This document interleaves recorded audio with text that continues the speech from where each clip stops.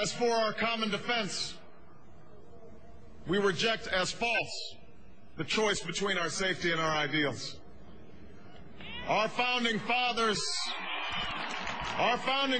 faced with perils that we can scarcely imagine, drafted a charter to assure the rule of law and the rights of man, a charter expanded by the blood of generations. Those ideals still light the world, and we will not give them up for expedience sake.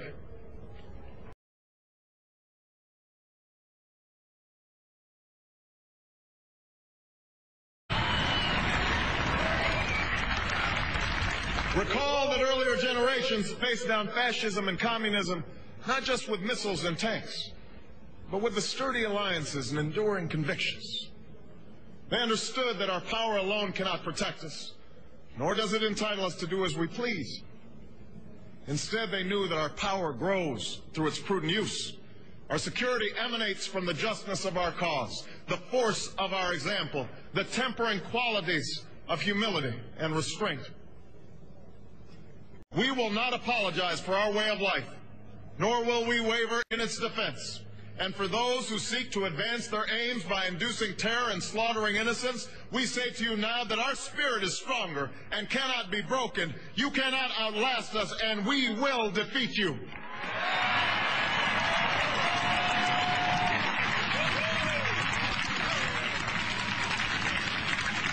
Okay, well, we have the convenience of a recording so that you could hear it again. Well, all I'm telling you is the only thing I can send you are the petitions that you want the petitions, because I don't have it.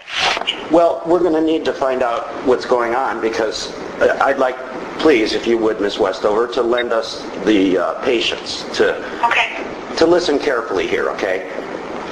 We are reporting corruption that's going on, and it's not a joke. Now, we've had people, police officers and other people that are still unidentified assault us, claiming that they have orders, that they have an order in their hand, that they will come back and do what to the door? Ready to get a tactical team and break down the door. Okay? And these are crimes, considering what you're just saying right now. And I'm very upset about it. There's no question about it, Ms. Westover. You also had stated with Ms. Boating on the phone that you would be referring this to the Attorney General's office after that call to Commissioner Vatz's office was made, and the assistant out there, Eli, I believe his name is, Eli Tully, held himself out as if he was a commissioner, saying that these orders are here, but you have to have power of attorney and so on and so on. And the only reason why I was referring it to the AG's office was to determine what I could release to you and what I could not release. Well, there's a little more that needs to be referred to the AG's office. Well, that's not that would be something, if you want to refer it to the AG's office and file a complaint with them, you can, but that's absolutely, absolutely. And, as you know, Ms. Westover, we record these calls. So this is an absolute discrepancy, and you can be as uncomfortable about it as you want. I'm not uncomfortable at all. Well, then there's accountability to be had here. Because people cannot attack you, run at you, throw a woman with one kidney, a kidney donor, Michelle is a kidney donor, into a concrete wall without some sort of justification, judicial order. And you are the one who verified that there is, and they should always be in that file, and there has to be orders for these things to happen, and your call today contradicts that. In addition, a call was made to your office yesterday after weeks and weeks of waiting for you to get back with us. It's now, what, the 18th, is it, of July of 2008.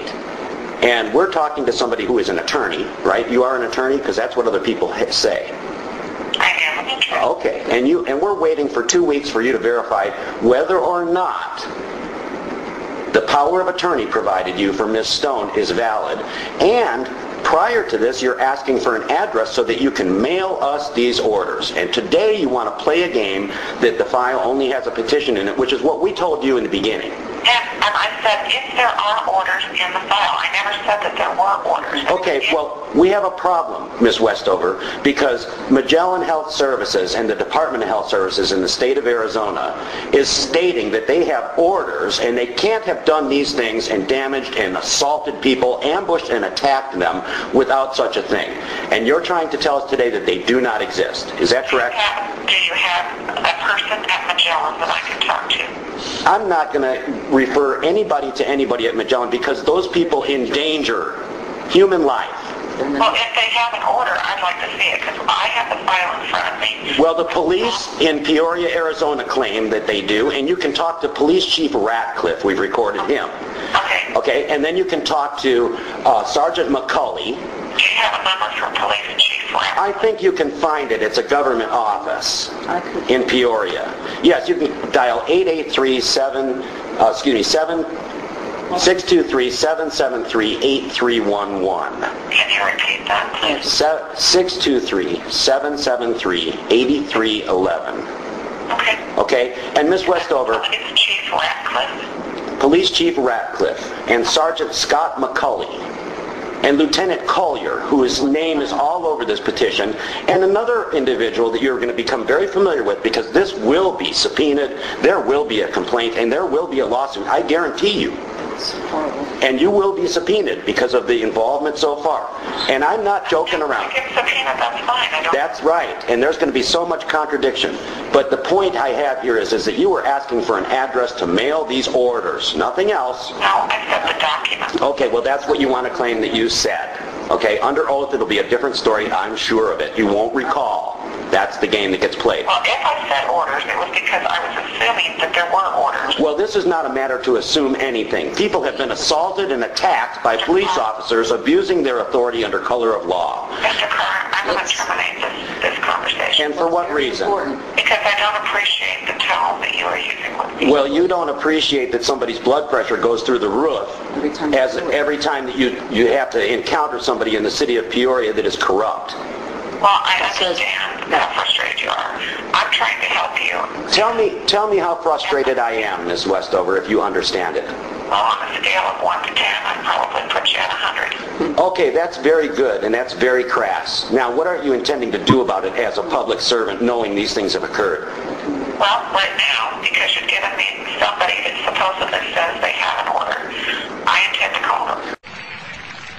To those who claim to power through corruption and deceit and the silencing of dissent, know that you are on the wrong side of history. This is the exact proximity in the wall that the lady you saw in the videos was thrown into by this unidentified agent. This woman happens to be a kidney donor and has only one good kidney, and that's the part of her body that lands against this pop-out on the building. This is the exact door where Officer Adams threatens he's going to break the door down, standing there saying he has orders, which have now been confirmed by Maricopa County Superior Court don't exist. Oh, the cameras are awesome. Criminologist Jeffrey Alpert says today's cameras are our best protection against a natural tendency of authorities to abuse some people. The power to use force on others can go to your head. It's an awesome power. It's the only government agency outside of war, of course, where you can use force against someone else, and it can go to your head. You get off this property. You and your police department and other police have been terrorizing me. I didn't hear you. Can you repeat? You need to get off the property. Okay, I'm here lawfully because I got an order here that Carr needs to go see his doctor. And that's why I'm here for. Officer Adams, you need to get off the property. You and other officers have been terrorizing. I'm speaking to lawyers right now. One of your officers has assaulted me. Now leave the property. The only thing I know is I got an order here for Mr. Carr to see his doctor. And I like to take him down there. I don't care what you have. This is my home. Now leave. If he's not willing to go down there or just by me, Michelle, why don't you take him down there? He needs to get this resolved. Because what can happen is Leave the property. the tactical team can come here, break down the door to get him into custody. It doesn't need to come to this. Leave this property. So Michelle, why don't you take him down there? We're going to leave. But why don't you take him down there? Thank you. Goodbye. David, get in there! Shut the door! Michelle. Yeah. Nice try. Nice cord. Get off the property. You cocksuckers, get off my Close the door, David. Close the door. Close the door. Property. Close the door. Don't you put your hands on me again. I didn't. Michelle, stand here. I am. Bullshit. Please leave the premises. Get off the property. You are trespassing. Yeah, that was total coercion. You're police. Yeah. And you wouldn't Nice disclose that you were police. Good game playing there, Matthew. All right, Michelle, come on. Michelle. Staying out here.